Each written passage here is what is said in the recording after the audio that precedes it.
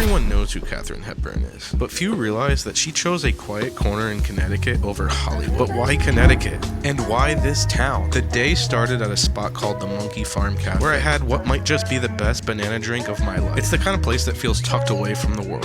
The Farm Café banana cream pie, absolutely incredible. Secret item, it wasn't even on the menu. We had to beg for it pretty much. We got the last 2 slices. What would you order at a place called Monkey Farm? Banana cream pudding pie is the answer.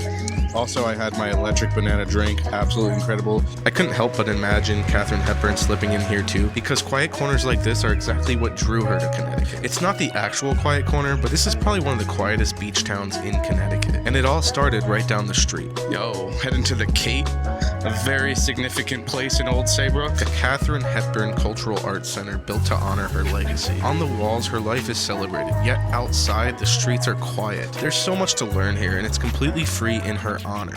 She left it as a gift to the town she loved. And this was just the beginning of our day. We had one pit stop before we finished our tour of Old Saybrook, and it wasn't in town, but it's a spot you have to know about. Clinton Outlets, Clinton, Connecticut. This is where you go shopping. This is where you get the deals, especially tax-free weekend, which it is right now at the end of August. But Old Saybrook kept pulling us back. Now we're at Old Saybrook Point. This is where the magic of this town really started hitting us. The ocean opened up right in front of me. And there's even a mini golf course perched on the edge. I love mini golf.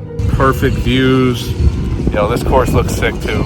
Hepburn could have chosen Malibu, but instead she chose these waters. Then came Fenwick, a very private neighborhood where Katharine actually lived. The streets were closed off, the gates unwelcoming, but with my drone I caught glimpses of the lighthouse she saw every day. You can even see where she lived from this view, right there. If you know a way, or if there's any tours that can get me over there, please put it in the comments. I would love to do that, because it's almost impossible to get close. But maybe that was the point. Hepburn didn't want clouds or chaos. She wanted peace. Now as the sun dropped lower, I wandered the nearby Knollwood Beach. Very limited parking, by the way, which is probably another plus for Kate, who wanted a quiet spot away from the paparazzi. Anyways, the sky lit up here in a way I'll never forget. It was just one of the most beautiful sunsets I've seen in a long time. And trust me, my camera captured so much of this. I can't wait to show you at the end of this video. There's a view on every single corner here. It was so good that before I could even get to my next location, I hopped out of the car again to get another photo.